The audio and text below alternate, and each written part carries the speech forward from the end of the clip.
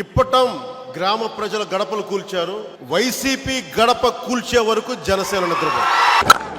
YCP 30 సంవత్సరాలు మేము ఉండాలని కోరుకుంటున్నాం. 30 సంవత్సరాలు మీరు ఎదగాలని నేను కోరుకున్నాను. అది వాళ్ళకి నాకు తేడా. మనుషుల్ని దాడులు చేయలేక, కోడికత్తులతో గీయించుకునే డ్రామాలు ఆడలేక, ఒక పింగళి వెంకయ్య గారి స్ఫూర్తితోటి ముందుకెళ్లే వాళ్ళం కాబట్టి మేము చాలా సంస్కారంగా చేద్దాం అనుకుంటాం. కానీ మీకు అన్ని సార్లు వీళ్ళకి సంస్కారం పనిచేయదు. వీళ్ళకి ఒకసారి చూపించాల్సినే చూపించాలి, ఒకసారి తప్పదు. మీరు నాయకుల్లా ప్రవర్తిస్తే మేము నాయకుల్లా మాట్లాడతాం. మీరు వీధి రౌడీల్లా ప్రవర్తిస్తే వీధి రౌడీలకి మాకు ఏం చేయాలో మాకు బాగా తెలుసు. మమ్మల్ని మాట్లాడితే నువ్వు రౌడీ సేన అంటాడు ఈయన పెద్ద. మాది రౌడీ సేన కాదమ్మా, విప్లవ సేన మాది. సజ్జల గారు ఏం మాట్లాడుతున్నాం? ఒకవైపు ఇప్పటం గ్రామాలు ఇల్లు కుల్పిస్తాం, లేదంటే మేము హత్య రాజకీయాలు చేయలేక అంటాం. ఏం మాట్లాడుతున్నారా మీరందరూ? నాకు అర్థం కాలేదు. మీరు వైసీపీ పార్టీనా, వైసీపీ టెర్రరిస్ట్ ఆర్గనైజేషన్, ఉగ్రవాదుల సంస్థ?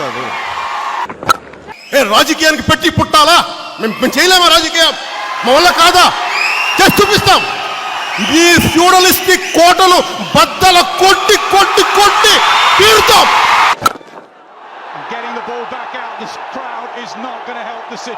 నిజంగా నేనే తప్పైతే, నీకు లోపల ఎలాంటి వికృతమైన ఆలోచనే లేకపోతే, నా కులం చేత నువ్వు నన్ను ఎందుకు తిట్టిస్తావు? సజ్జల గారు మీకు ఒకటే చెప్తున్నా, గుర్తుపెట్టుకోండి. నేను ఛాలెంజే విసురుతున్నా. మీరు ఎలా గెలుస్తారో మేము చూస్తాం. సజ్జల గారు అడుగుతూ ఉన్నారు, ఏం మాట్లాడారు? నీకు ఎందుకు చెప్తావు? నీకు ఆ పెద్ద మనిషికి ఎందుకు అంత ఉత్సుకత? మీకు ఎందుకు కావాలి? మీకు రండి, నా దగ్గరికి రండి, చెప్తాను. మీ చెవులో చెప్తాను, నేనేం చెప్పని చెప్తాను.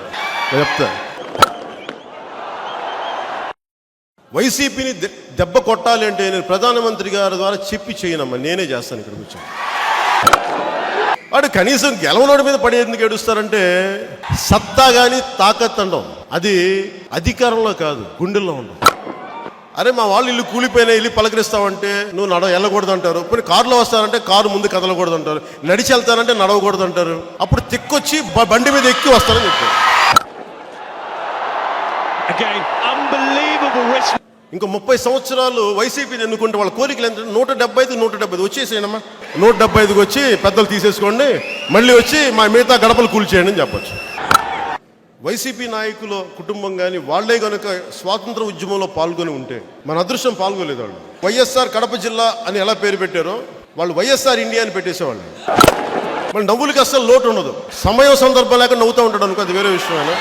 నవ్వు 4 విధాలా చేయటున్నారు అని తెలియదు స్వామి. ఏడుస్తున్నప్పుడు అలాగనమ్మా, బాగున్నారా, చచ్చిపోయారా, ఓకే. ఏంటి అసలు పోయినాయా? ఎంత పోయినాయి? 10 కోట్లు పోయినా, ఓకే. గడపలు కూల్చేశారా? అలా అనకూడదని, తప్పది. నవ్వి గడపలు కూలిపోయినాయమ్మా, బాధగా ఉందని చెప్పు, నటించండి కనీసం బాధ లేకపోతే. ఎంత దిగజారిపోయారంటే, నాకు ఆ రోజున మన ఇప్పటం గ్రామానికి వస్తే గాంధీ గారి విగ్రహం తీసేశారు, జవహర్లాల్ నెహ్రూ గారి విగ్రహం తీసేశారు, ఇందిరాగాంధీ గారి విగ్రహం తీసేశారు. కానీ ఉన్నదల్లా వైఎస్ఆర్ గారి విగ్రహం ఉంది. ఇలా జాతీయ నాయకుల కంటే పెద్ద వ్యక్తి అయితే కాదు వైఎస్ఆర్ గారు, గుర్తుపెట్టుకోవాలి. ఆయనే అంతున్నప్పుడు వాళ్ళ అబ్బాయిని ఏ స్థాయిలో పెట్టాలో మనకు తెలుసు కదా. మీరు కనిపించిన వాటి దగ్గరల్లా డబ్బులు అడుగుతారే. ఆఖరికి కడ్రాయిల్ ఫ్యాక్టరీ చేద్దామని వచ్చినోడు కూడా డబ్బులు అడిగే పరిస్థితికి వచ్చారు. మీరు నా మీద చంపేస్తామని చెప్పి, నా కుటుంబాన్ని రేప్ చేస్తామని చెప్పి, ఇలాంటి మన సజ్జల గారి ఆధ్వర్యంలో చాలా వస్తుంటాయండి ఇలాంటివన్నీ. సజ్జల గారు చాలా సరదా ఇలాంటివన్నీ. అంటే ఆయన మా వాళ్ళు కాదంటారు, మొత్తం వాళ్ళ మనుషులే, బయట నుంచి ఉంటారు. అయితే వాళ్ళు ఇది మీరు హెచ్చరిక అనుకోండి, విజ్ఞాపన అనుకోండి, విన్నపం అనుకోండి, ఏదైనా అనుకోండి. మమ్మల్ని బెదిరించి మా అండగా ఉన్న ఇప్పటం గ్రామం ప్రజల్ని కానీ ఇలా భవిష్యత్తులో ఎవరినైనా సరే, ఎవరిని మీరు ఇలా ఇబ్బందులకు గురి చేసినా ప్రతి వ్యక్తికి కూడా నేను మర్చిపోను. నేను ఏం చేయగలం నేను చెప్పను, చూపిస్తాను.